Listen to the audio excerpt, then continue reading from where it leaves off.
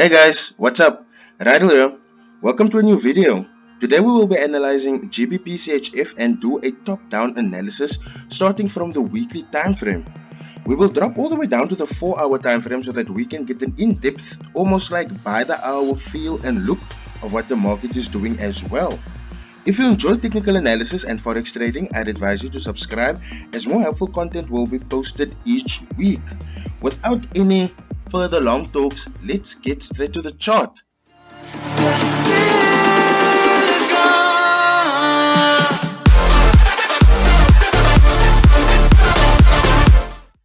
Okay, so the very first point of me doing a top-down analysis is so that I can get a feel what the market is doing from a larger perspective. It's always important to take the bigger picture into perspective, because if you do not look at the bigger picture, you will always fall for these smaller moves. And this is one of the mistakes that I've identified that I've been doing in this past 3 months. Like I said, if you've been following me on Facebook, like I've said, these past 3 months have been really tumultuous. It's been more a come and go, and as I said, during this time of me taking a break, it's not just about me resting, it's not just about me taking time off, it's about me coming to the markets and seeing where I made mistakes and then where and how I can improve on that, so that I do not lose as much as I did this past 3 months. Okay, so when I look at the weekly perspective, I can see that price has been in a downtrend very clearly. But one thing that is clear as well is that price has been failing to move below this point. So since price came here, price made another attempt at this level, and this time price was offered support. It jumped back up, came back down again, and made a false breakout. Now during this false breakout, a whole lot of traders got caught as the support is broken, and normally when the support gets broken, we see the support now as a resistance. So therefore I say it's really important to wait for the retest, as the retest will actually give confirmation to the bigger move. So as you can see, no retest took place here. Price moved back up, and price has just stayed and rejected from this support zone.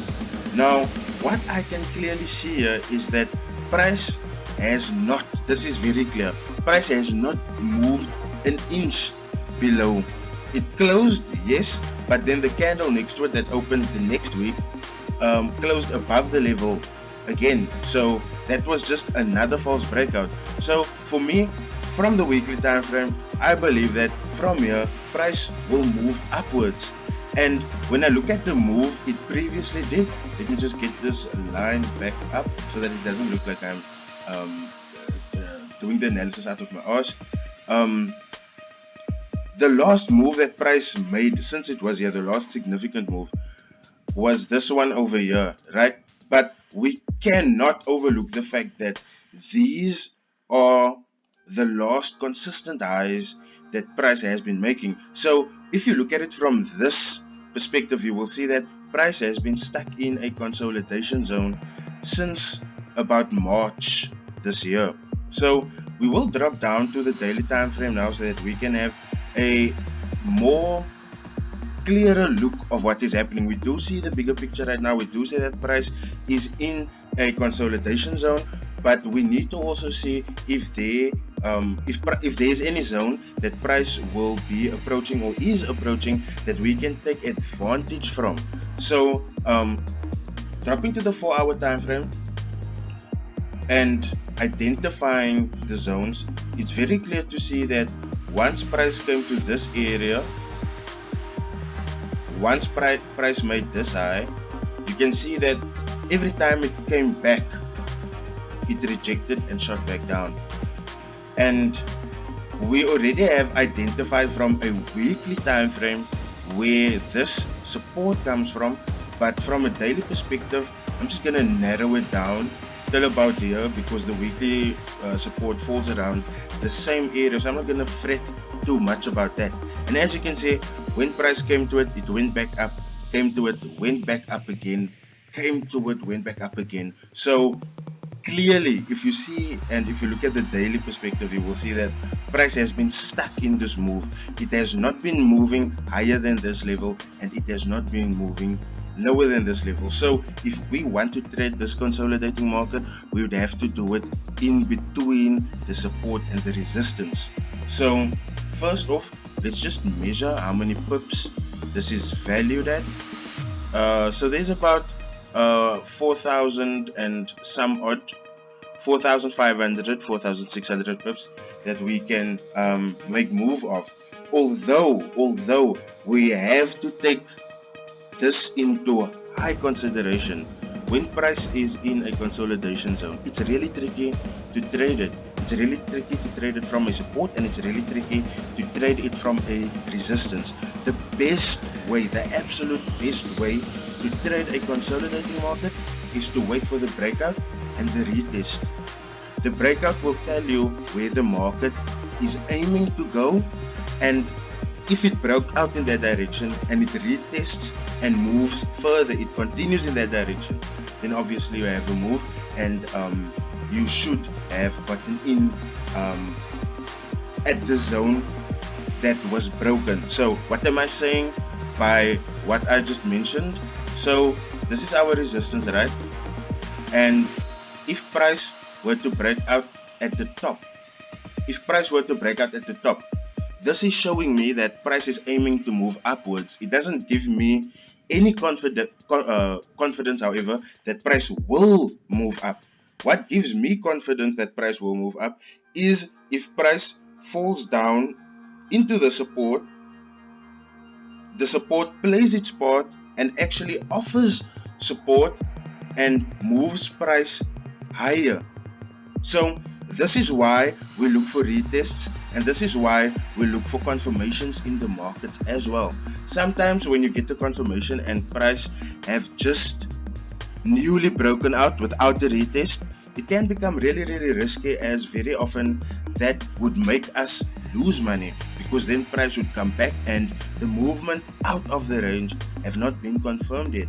So going further on, I want to drop to the 4-hour time frame now, as I've mentioned earlier, and the reason for that is I believe there's structure within the 4-hour time frame that will be able to allow us to take advantage and move a little bit higher, because as you can obviously see, price just came from support, and every time it came from support it went to resistance. So seeing that it just came from support, I would like to position myself in a place where price will drop to and move back up to the resistance from. So I'm gonna drop to the 4-hour time frame now, and then you will see exactly what I'm talking about.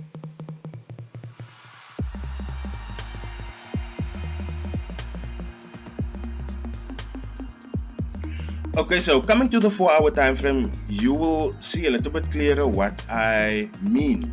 So we have the support here, and price like just flinched at it, and here you can as well see the importance of a indecision candle on a zone. An indecision candle tells you momentum is running out, and if I have identified the zone, which I didn't, I would have made a proper amount of money concerning Gbpchf. But like I said, one of the mistakes that I made this past month to 3 months was that I would take the smaller picture into consideration and not look at the bigger time frame. Now when you look at the bigger time frame, everything becomes clearer to you, as it will right now. So price came to the support, rejected from the support, right, which is a good thing, and then it created this gap. Now normally when price creates a gap, it's very necessary of us to wait for a gap closure, and this is what happened here, a gap closure. Now price really clearly gave us the indication that I want to move up, but I was really stubborn, and I was set on the fact that price was making lower highs and lower lows, and that it was going to continue dropping lower as soon as it broke, or as soon as it filled this gap. Now I have dealt with gaps a whole lot in the past. Gaps used to be one of my favorite things, and waiting for the closure is actually really important, because as soon as the closure comes, the market will move in the direction that it made the gap, like every single time. I do not know why. I thought this time it would be different. I am really spending time, getting this idea out of my head that COVID is still around. COVID will still affect, whatever is happening in the market. Yes, it does, but to a minimal degree, because so far the market has been showing some crazy resilience to whatever COVID and that things has been throwing the markets away. So back to the chart. Um, it filled this gap and price made a higher high. Right now, this high, seeing that this high is higher than this one, it is a higher high, and that it gives me the indication that price wants to move higher. And as you can see, here's an indecision candle. So this one also tells you that the momentum to the downside, this strong downwards move that it's been making here, the momentum for that is busy running out. Now I just cannot go and enter on this candle.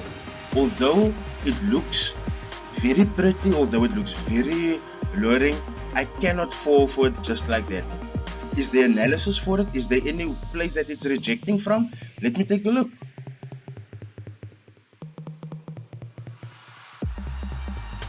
Yep. So as you can see, price is rejecting from the high that was created when price made this gap. So after this high was created and price broke this high, price is once again at this level. It rejected it clean, and one thing that is very clear now, just take note of this. Indecision candle, boom. Indecision candle, where will it move next?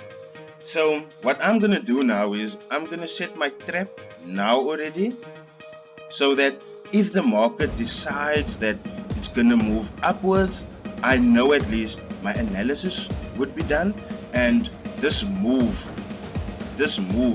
would then either be confirmed or not confirmed. If it's confirmed, I would look for further bullish movements into this level, and then if it's not confirmed, then I would expect price to still play around here for a while. But this rejection here shows that this level is quite strong, and I would expect price to sometime make an attempt to go to this level. For 2021, what I'm looking for basically is a breakout of this consolidation zone, either to the upside or the downside. But either way, a breakout of that zone will give me a very clear indication of where price will be running next, and then all I have to do is piggyback on that ride. Thanks for watching, guys. It's been a pleasure analyzing Gbpchf with you. Let me know in the comments which pair we should analyze in the next video. If you enjoyed this video, please smash the like button for the YouTube algorithm. And if you're new here, I welcome you to my channel. It would be awesome to have you as a subscriber. On that note, ladies and gentlemen, I'll see you guys in the next video. Cheers.